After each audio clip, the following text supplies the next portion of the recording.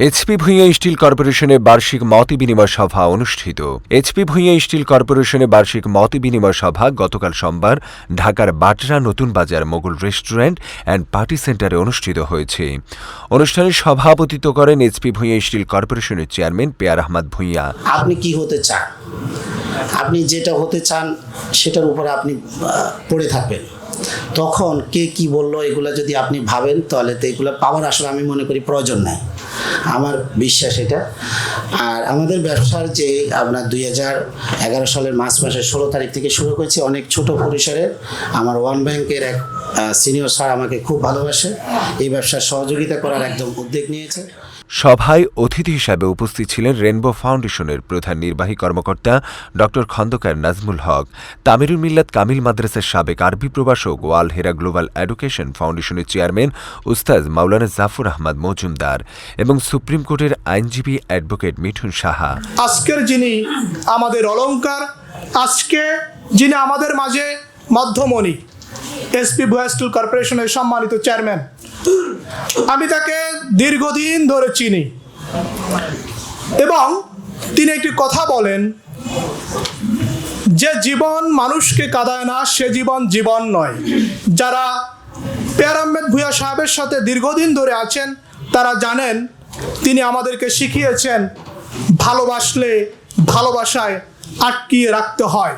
এছাড়াও বিভিন্ন শ্রেণী পেশার বিশিষ্ট ব্যক্তিবর্গ অনুষ্ঠানে উপস্থিত ছিলেন। অনুষ্ঠানে 2025 সালে সেরা বিক্রেতাদের মাঝে সম্মাননা প্রদান করা হয়।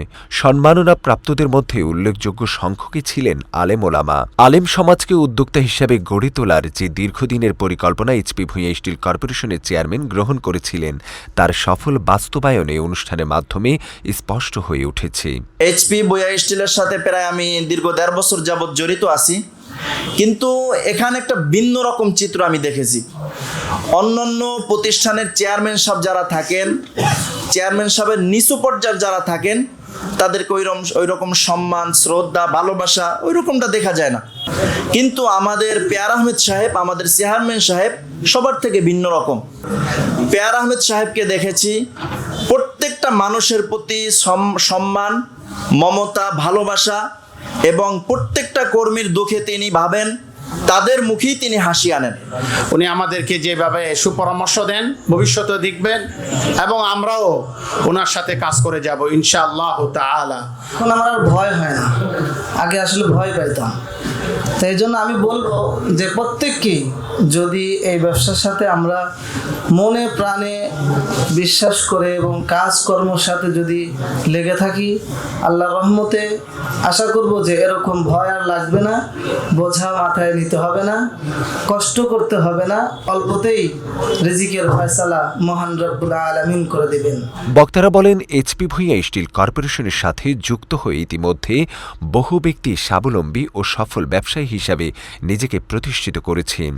সবাই অংশগ্রহণ করা একের পর এক তাদের সফলতার গল্প তুলে ধরেন, যা উপস্থিত সবাইকে অনুপ্রাণিত করে।